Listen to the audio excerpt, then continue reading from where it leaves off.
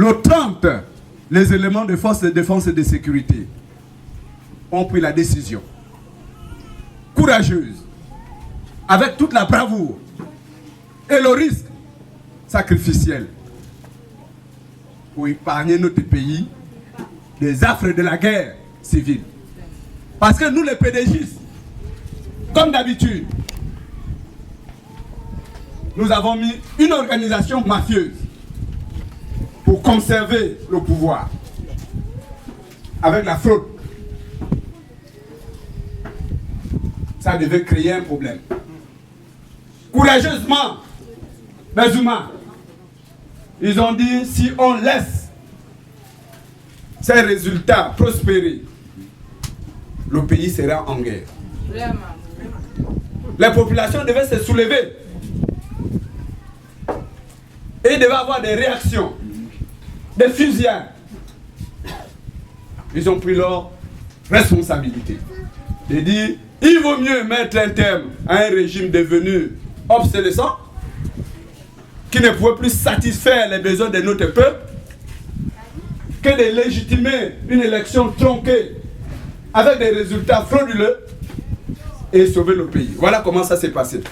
Hier, ceux-là qui ne sont pas conscients doivent savoir que le pays a changé.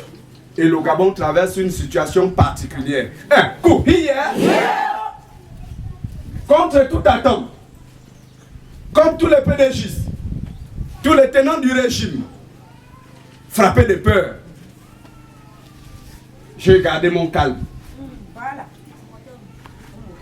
Et lorsque le président de la République, chef de l'État, son Excellence général de brigade, Brice Clotaire Oligui-Nguema, a mis en place les organes de la transition contre toute attente sur 12 députés de Logoué-Vindo. 12 députés de Logoué-Vindo à l'époque. 4 sénateurs. Je suis le seul nom qui est revenu. C'est pour ça que je suis venu vous voir. Vous qui êtes mes parents. Pour vous apporter un message d'espoir. Que demain, on ne sait jamais. Vous dire que le général a pensé à nous à travers ma personne. Et c'est l'occasion de lui dire merci. Ne pas dire merci à ces vaillants soldats, c'est faire preuve de méchanceté. C'est faire preuve d'ingratitude. C'est de ne pas reconnaître le bienfait. Parce qu'il n'était pas obligé, pour quelqu'un qui a côtoyé le sommet du régime politique PDG comme moi, pour quelqu'un qui a été au centre même de certaines stratégies, il n'était pas obligé de me rappeler comme député de la transition. Hier, il y a tant d'ogivins, il y a tant de collègues ici. De dire, mais c'est beaucoup. Il voulait nommer qui il voulait. Mais il m'a nommé. Je ne sais pas pourquoi. Mais merci aussi grâce à vous. Parce que le régime militaire, c'était un régime de renseignement. Ils ont sûrement regardé derrière. Ils ont sûrement regardé mon passage ici en tant que député du district d'Invadi. Ils ont vu le combat que nous avons mené ensemble. Ils ont vu que je n'ai pas volé de l'argent. Je n'ai pas été dans les crimes rituels. Je n'ai pas souillé les parents. Ils ont sûrement regardé tout ça. Mais ils ont aussi regardé les résultats réels des dernières élections. Vraiment. Alors, il a pris le pays avec son groupe. Vous allez me dire, oui, qu'est-ce qui a changé? Les choses ont changé à Libreville. Pour ceux qui sont élèves dans les lycées, les bourses avaient été coupées alors que l'argent existe au Gabon. Aujourd'hui, les élèves des lycées et collèges ont les bourses rétablies. Et tout pour ceux qui sont des anciens salariés de l'administration gabonaise, ce qu'on appelle les retraités, qui ont vu leur traitement, leur arrimage à la nouvelle grille de rémunération retardée. Beaucoup de retraités sont morts sans toucher à leur dû. Ce monsieur a pris l'engagement. Dès lors de son accession à la magistrature suprême de notre État, il a promis aux retraités. Aujourd'hui, c'est une chose réelle. En 2018, le gouvernement de la République de l'époque avait suspendu des activités d'orpaillage. Quand le général est arrivé, il a regardé le dossier et il a instruit le gouvernement de lever cette mesure.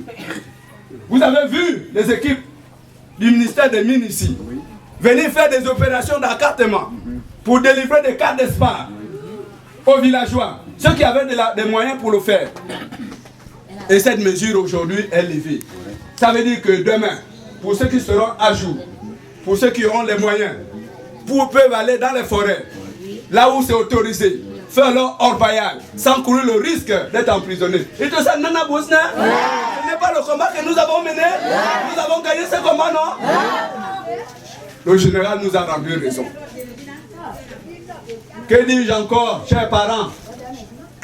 En 6 mois, les choses ont changé. Donc il y a de l'espoir. Il y a de l'espoir, surtout pour les jeunes. Il y a de l'espoir, surtout pour les anciens. Les chefs étaient payés à 10 000 francs. Un chef, rarement il va en forêt. Rarement il va faire la pêche. Mais comment entretenir un chef qui entretient le village à 10 000 francs? Les chefs de regroupement, je ne sais pas si c'était à combien? 15 000. Aujourd'hui, vous êtes à combien? 50 000. Voilà ce que le général vient de faire avec son équipe en moins d'un an. 6 mois seulement. Je suis venu vous dire, chers parents, il y a beaucoup d'espoir. Mais il y a d'espoir, en particulier pour le district d'Invadi, à cause de Belinga. J'ai rencontré, moi, le chef de l'État. Nous avons échangé sur la question de Belinga. Donc je suis bien placé pour venir vous dire, Belinga est au centre des préoccupations de la stratégie économique du général Oligui Nguema. Un coup, hier, il a repris en main le dossier. Et c'est un espoir pour la jeunesse. C'est un espoir pour les femmes. Ce qui s'est passé avant lui, il a dit reprendre les choses en main. Je ne veux pas vous donner les secrets de délibération, mais je suis venu vous rassurer. Les jeunes, ne vous en faites plus pour Belinga. Lui-même, il sera au Mont Belinga. Il va communiquer avec vous. Il vous dira ce qu'il fait de Belinga.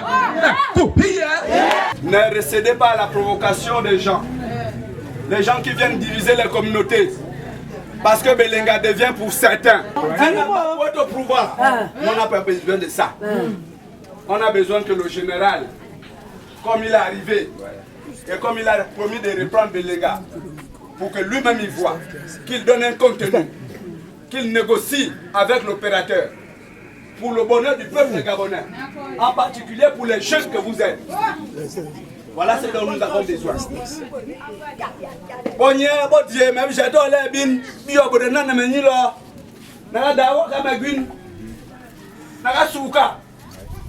Mais ça vous a dit bien d'autres chigo.